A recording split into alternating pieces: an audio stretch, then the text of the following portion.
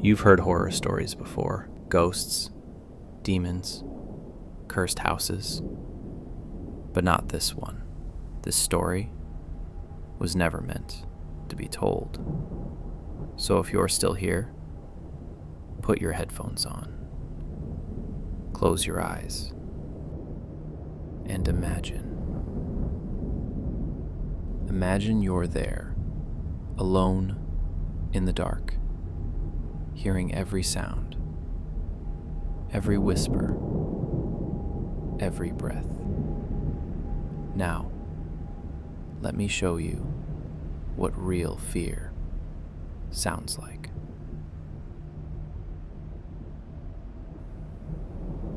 You've heard about the Warrens before. You've seen the movies, The Conjuring, Annabelle, The Nun. But what if I told you one of their darkest, most disturbing cases was never truly told? A haunting so relentless, it didn't just terrify, it destroyed. This is not a story about ghosts. This is a story about what happens when evil moves in. This is the real case of the Smurl family haunting. In 1973, Jack and Janet Smurl moved into a duplex home on Chase Street in West Pittston, Pennsylvania. They weren't rich, just a regular couple, 4 daughters, a dog, and a dream of peace. Jack's parents lived on one side of the duplex, the young couple and their children on the other. The house was old, sure, but it was affordable. And for the first year, it was quiet. But slowly, things began to change. The plumbing constantly failed. Stains seeped through freshly painted walls, thick and yellow. The TV would switch channels on its own. Radios played static, even when turned off. A foul, rotting stench lingered, then vanished. And the dog?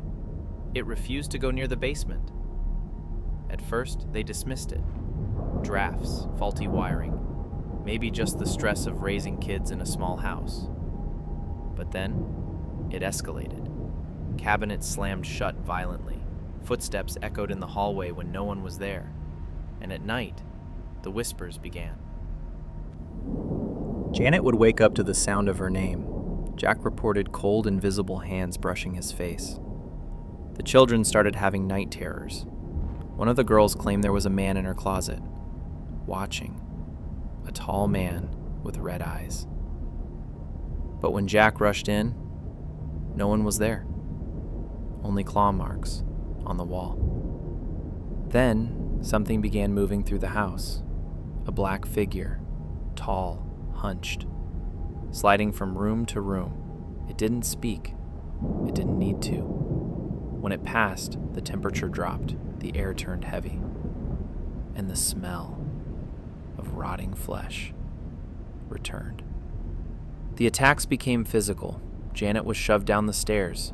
Scratches appeared on her arms, her back. One night, she was held down in bed, choked by an unseen force.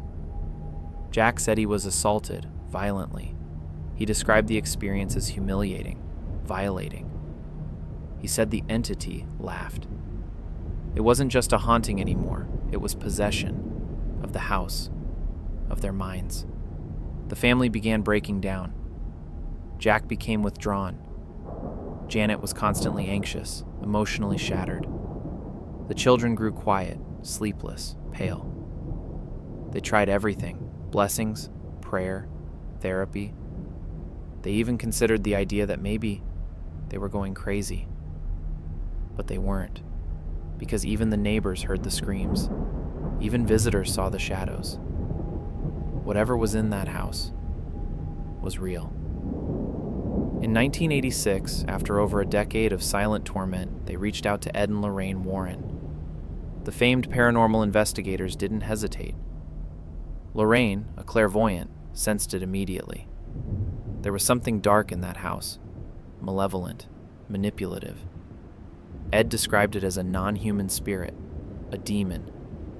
He He said it had one goal: to destroy the Smurl family from within. They brought in a priest. Multiple exorcisms were attempted. Holy water was used. Crosses were placed in every room. Latin rites echoed through the home. For a while, the house calmed. No movement, no shadows, no screams. The family thought it was over. Rising dread, it wasn't. One night, while the family was asleep, every light in the house exploded at once. Janet awoke to find the walls bleeding. Jack was attacked again, violently thrown against the wall. The entity was back, and now it was angrier. Mental decay. The family's health began deteriorating. Jack started hallucinating at work. Janet became convinced she was being followed. One of the daughters stopped speaking completely. They stopped inviting guests. They stopped trusting reality. The house had become a prison, but the prison was inside them. In a final attempt, the Warrens documented the events. They spoke to local clergy, begged the church for help. Eventually, the diocese approved a formal exorcism. It was done quietly, away from the media, no cameras, just a family and a priest fighting for their lives. And finally, after 15 years, the haunting came to an end. In 1987, the Smurls moved out. They left the house behind. No further attacks were reported, no further sightings, nothing followed them. Whatever it was, it stayed. Cold realism. Some say it was a hoax, a way to make money, but the Smurls never profited. They wrote a book, sure, but what they really wanted was peace. Others say it was mass hysteria, but how do you explain the claw marks, the screams, the witnesses? Dark philosophical. Ed and Lorraine Warren believed it was real. And if they were right, then evil doesn't need an invitation. It doesn't knock. It slips through the cracks, through grief, through fear, through silence. And if you think it can't happen to you, you're wrong. Because sometimes the house isn't haunted. Sometimes you are. This was the true story of the Smurl family haunting. Not Hollywood, not fiction. Just one family, one house, and something that refused to be ignored. You've been listening to the Midnight Broadcast. Sleep well, if you still can.